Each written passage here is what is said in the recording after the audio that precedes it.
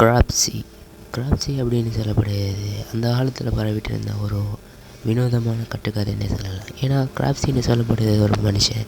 அந்த மனுஷன் முகத்தில் நிறைய வடுக்கள், தழும்புகள், காயங்கள் அண்ட் கையில் ஒரு கொக்கி மாதிரியான ஒரு விஷயத்தை வச்சுட்டு காட்டுக்குள்ளே நிறைய சின்ன பசங்களை வேட்டையாடி சுற்றுறதா அந்த காலத்தில் சொல்லப்பட்டுச்சு. இது எந்த நாடுண்டா, அமெரிக்காவுக்கு பக்கத்தில் இருக்க சேட்டன் ஐலாண்டில் தான் இது நடந்துச்சு. அண்ட் 70 காலகட்டத்தில் இருக்க எல்லாத்தையும் அதெல்லாம் சொல்லி வளர்த்தாங்களாம். அண்ட் அதுக்கப்புறம் இது ரியல் லைஃபுக்கும் வர ஆரம்பிச்சிச்சு. பல குழந்தைங்க காணாமல் போனாங்க. இதை பற்றி ரிசர்ச் பண்ணும்போது தான் அதெல்லாம் பற்றி ரிசர்ச் பண்ணி கண்டுபிடிக்கும் போது என்ன கிடைச்சிச்சுன்னா, ஆண்ட்ரே ராண்டே அப்படின்னு சொல்லப்படுற ஒருத்தர் தான் இந்த கொலையெல்லாம் செஞ்சது இந்த கிராப்ஸின்னு. ஆண்ட்ரே ராண்டை பற்றி சொல்லணும்னா 1944 தான் பிறக்கிறாரு. 1960 ஸ்டேட்டனுக்கு அவர் மூவ் ஆன் ஆகி இங்கே வராரு. வந்து ஒரு ஸ்கூலில் ஒர்க் பண்ணிகிட்டு இருக்கும்போது அங்கே இருக்க ஒரு சின்ன பொண்ணுக்கிட்ட தப்பாக நடந்துக்கிட்டேன்னு அவர் மேலே ஒரு கேஸ் ஆரம்பிக்குது. அண்ட் அதுக்கப்புறம் 1961 வயசு அவரை கைது பண்ணாங்க. அடுத்த 16 மாதத்துலேயே அவர் ரிலீஸ் பண்ணி அந்த சேட்டன்னு சொல்லப்படுது ஐலாண்டில் ஃப்ரீயாக சுற்றிட்டு இருந்தார். இதெல்லாம் பார்க்க பெற்றோர்களுக்கெல்லாம் ரொம்ப ஷாக்காக இருந்துச்சு. ஏன்னா நம்ம பசங்களுக்கு இந்த மாதிரி நடந்துருமா அப்படின்னு அவரை பார்த்து எல்லாமே பயப்பட ஆரம்பித்தாங்க. அதுக்கப்புறம் அந்த சேட்டன்னு சொல்லப்படுது ஐலாண்டில் பல ஈவலான விஷயங்கள் நடக்கப்படுது. நிறைய குழந்தைகளை கடத்தப்படுது.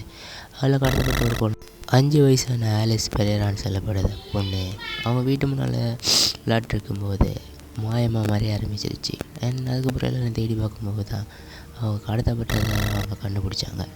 ஆண்ட்ரே ராடு தான் இதெல்லாம் கடத்தாருன்னு போலீஸால் கண்டுபிடிக்கப்பட்டாலும் அவங்கக்கிட்ட இருக்க ஆதாரத்தை வச்சு அவரை கைது பண்ண முடியல. அண்ட் அதுக்கான ஒரு சரியான ஆதாரம் கிடைக்க வரைக்கும் அவங்க வெயிட் பண்ணிகிட்டு இருந்தாங்க.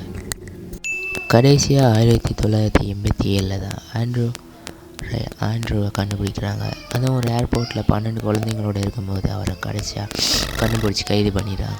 அந்த காரணமும் அவ்வளோ இதாக இல்லாதனால ஆனால் 10 மாதத்தில் ரிலீஸ் பண்ணிடுறாங்க. அதுக்கப்புறம் திருப்பி அவன் சுதந்திரமாக அந்த சேட்டன் ஐலாண்டில் தான் அவன் சுற்றி தந்துட்டு இருந்தான்.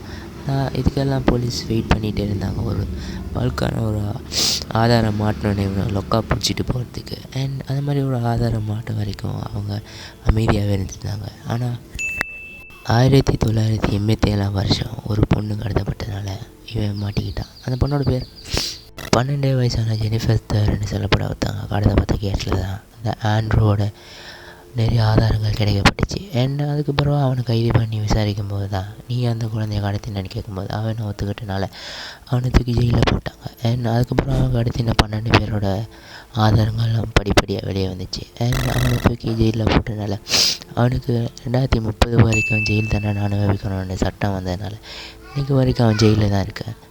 பல வருஷங்களுக்கு முன்னால் கிராப்ஸின்னு சொல்லப்பட்ட ஒரு மித்தாலிக்கல் ஸ்டோரியாக இருந்தது. இன்றைக்கி ஆண்ட்ரூவோட ஒரு சீரியல் கில்லர் ஸ்டோரியாக மாறிடுச்சு. எனவே இந்த வீடியோ உங்களுக்கு பிடிச்சிருச்சுன்னா சப்ஸ்கிரைப் பண்ணி சப்போர்ட் பண்ணுங்கள். ரொம்ப நாள் வீடியோ போடாத ரீசன் என்னென்னா உடம்பு சரியில்லை கைஸ். வீடியோ வந்துக்கிட்டே இருக்கும். அண்ட் என்ஜாய் பண்ணுங்கள். பை.